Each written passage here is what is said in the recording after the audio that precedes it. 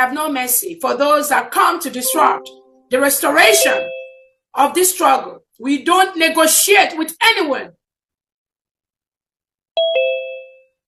We will never do that.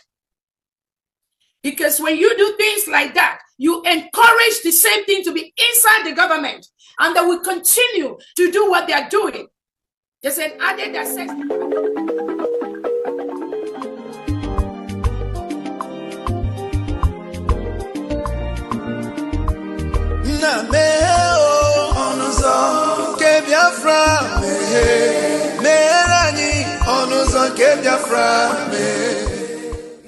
Welcome, fellow Biafrans, lovers of freedom across the world. I welcome you to this amazing platform. Thank you so much for joining me on today's program, and I wish you a very happy new year.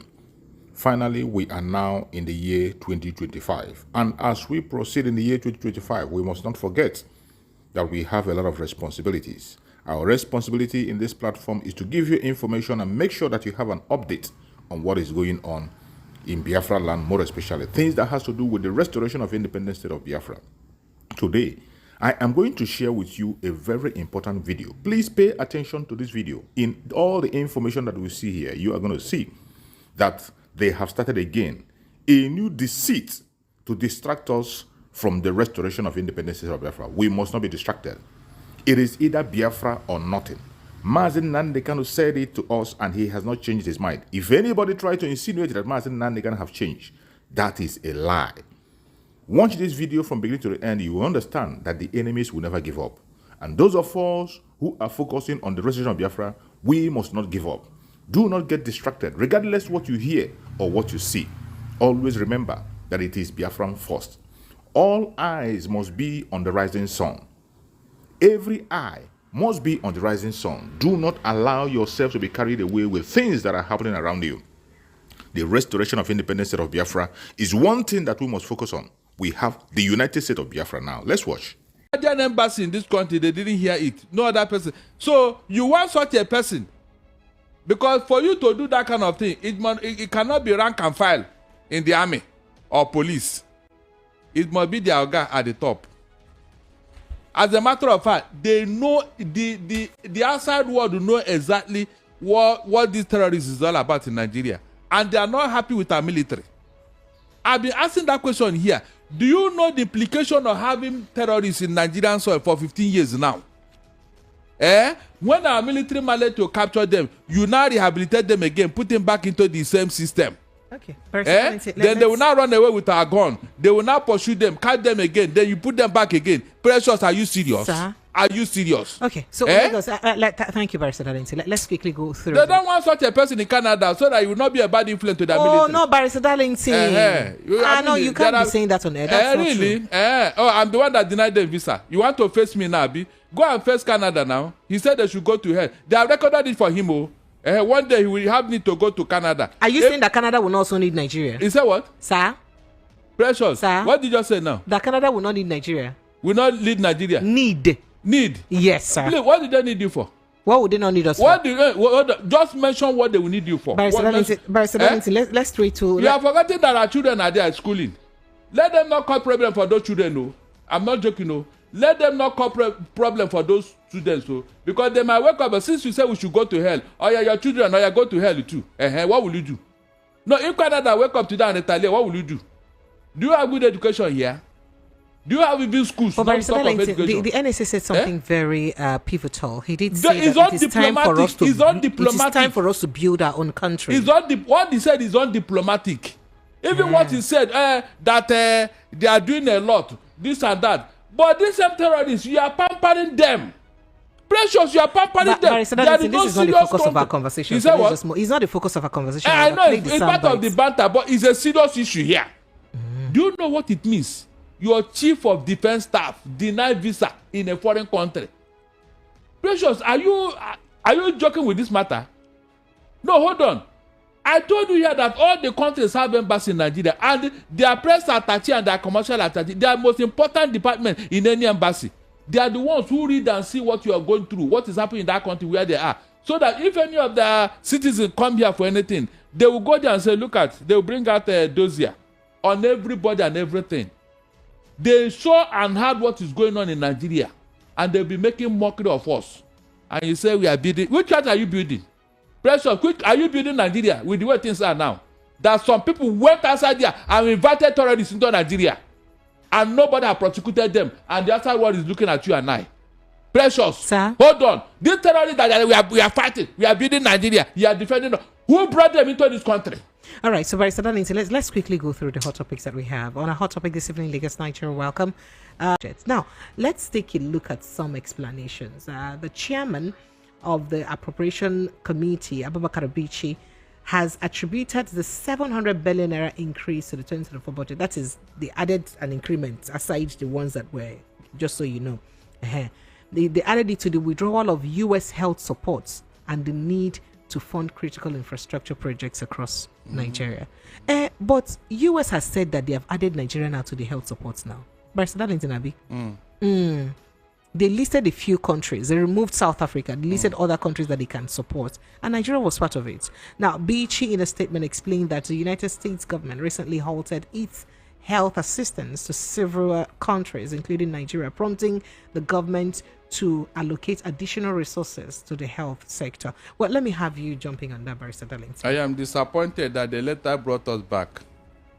I am really disappointed. Maybe Donald Trump, I don't know.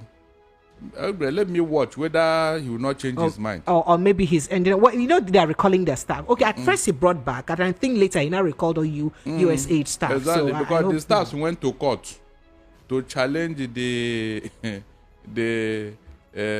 relief of the appointment also. They went to court in the US to challenge what Donald Trump have done.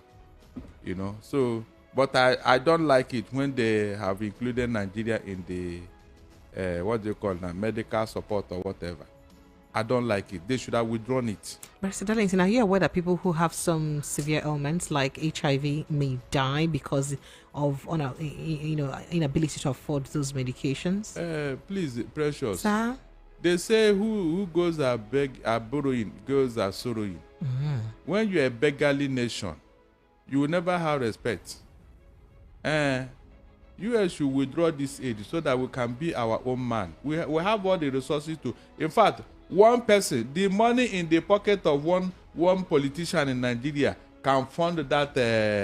Is that not true? These people that have stolen billions and billions out of us, that money they are holding somewhere, it can fund this thing now. Precious, are you not ashamed that some countries are aiding you at this age, 64 years, independent nation? You are still depending on somebody to help you do certain things. I mean, look at it yourself. Is it that Nigeria does not have the resources, or God did not bless us? Please let them withdraw this so that we can look inward, so that people can now know that yes, we don't have a Father Christmas somewhere. Even giving us a loan, they should stop giving us loan. I'm not joking. All this borrowing up and down, it should stop, so that Nigeria can look inwards. People should now stop stealing money. Is it not because you have enough? That's why when they steal money, don't bother. You say they should go and enjoy their loot. That's what we are doing now. But if there's no money, you will make sure you collect that money back. You are sure that somebody is going to fund you. That's why you don't bother. When you get money, you just share it, and everybody will go and dump it somewhere in the foreign land. No, Donald Trump, you must change your mind, though. You must change your mind. Remove Nigeria from that your largesse or your Father Christmas. We don't need it. We don't need it. I'm not joking. We don't need it, though. What are you saying? At 64 years, going to 65, we are still borrowing money up and down. With all that God has blessed us. All right, Barrister Darlington, let's move to other issues. No, it's quickly. Not fair. It's not fair. Okay. There are people that need it. Nigeria don't need it. If we need it, you cannot allow individuals. Precious, I told you here, from what you have heard and what you have seen, some individuals are even more richer than Nigeria. Where did they get the money? That 64 or $60 billion that somebody done. It's only not here that we talked about $60 billion oil money. Look at what you are talking about. And nobody has bothered to say, this money, look, we must get it. Mr. A will come, he will steal his own and go. Mr. B will come and steal his own and go. Then foreigners, because they have managed their resources, they were able to give you, out of the one they have managed and saved, though, they now give you and you are happy. And you call yourself a human being? The people that are giving you money, how did they make it? Is it not because of prudent management that they were able to save money in order to save you? And then the one you have, you are now... In fact, Precious, Sir? there are things you don't need to discuss, seriously. Personally, it annoys me. It annoys me. Sorry, sir. So let's move to the next conversation, sir. So Pro-North Socio-Political Organization, Arawa Consultative Forum, and some prominent voices from the northern region of the country have said the region cannot be forced to re-elect President Bola Ahmed Tinubu in 2027. The ACF and the other northern leaders declared that no individual could claim to be mouthpiece of the North, and as such, it was wrong for the chairman of the All Progressives Congress, Abdullahi Ganduje, to ask the North to wait till 2031 before vying for the presidency. They spoke against the backdrop of Ganduje's warning to northern politicians nursing presidential ambition in 2027 to bury the idea, vowing that Tinubu would complete 2 terms in office. Now, Ganduje made the assertion on Tuesday when he received a delegation of President Bola Ahmed Tinubu Media Center and Tinubu Northern Youth Forum at the party national secretariat in Abuja. According to him, it would be unfair to deny Tinubu the chance of being re-elected after a fellow northerner was allowed to finish his tenure for 8 years. So since one person don't do 8 years, when I allow our brother Buhari do 8 years, more I leave Tinubu to do in the own 8 years now. You know, good men northerners come, they want to do election now. You know, good. Now, the national chairman pledges that the party would religiously follow the zoning process by ensuring that the north-south sharing formula is strictly adhered to. Only north-south. No microzoning to maybe northwest, northeast, north central. Okay, I didn't ask. Yeah, Ganduje said that when a leader from the northern part of the country was in office for 8 years, we advocated that the next president in our party would come from the south. Luckily enough, we worked very hard with the operation, with the cooperation of Nigerians. Our president has come from the south and is going, inshallah, for a second term in 2027, and after that it will then return back to the northern part of the country. So he said, but Arawa is telling him that Oga, who are you to say this? But remember that former governor of Kaduna El-Rufai shared an opinion by one Uche Diali, a member of the APC, who warned that if care is not taken, President Tinubu may be giving the Goodluck Jonathan treatment ahead of the next presidential election. El-Rufai had shared on his X handle in the opinion titled 2027 Southwest Tinubu Supporters Playing with Fire Part 1. The post asserted that the relationship between Tinubu and the North had deteriorated less than 2 years, and that it may be difficult for the president to win the election with this deterioration. But speaking on the Arawa issue, the Arawa Consultative Forum rejected Ganduje's call, stressing that the North cannot and will not afford to wait till 2031 for presidency. Barrister Darlington, what is cooking? If the North won't be able to wait, why is it fair that the North had ruled for 8 years? They've ruled the country for the longest time since our independence, and just within 2 years that the Southerner is in office, they are agitating to come back to office. Would that be fair? Precious. Sir? Is there anywhere in our constitution where it is written that the sharing formula will be north and south when it comes to president? No, it's not constitutional. No, sir. Good. So on what basis are these people saying that if a northerner come to office, he must rule for 8 years, and if a southerner come to office, he must rule for 8 years? Where is that coming from? You can see how these leaders are dividing the country unwittingly.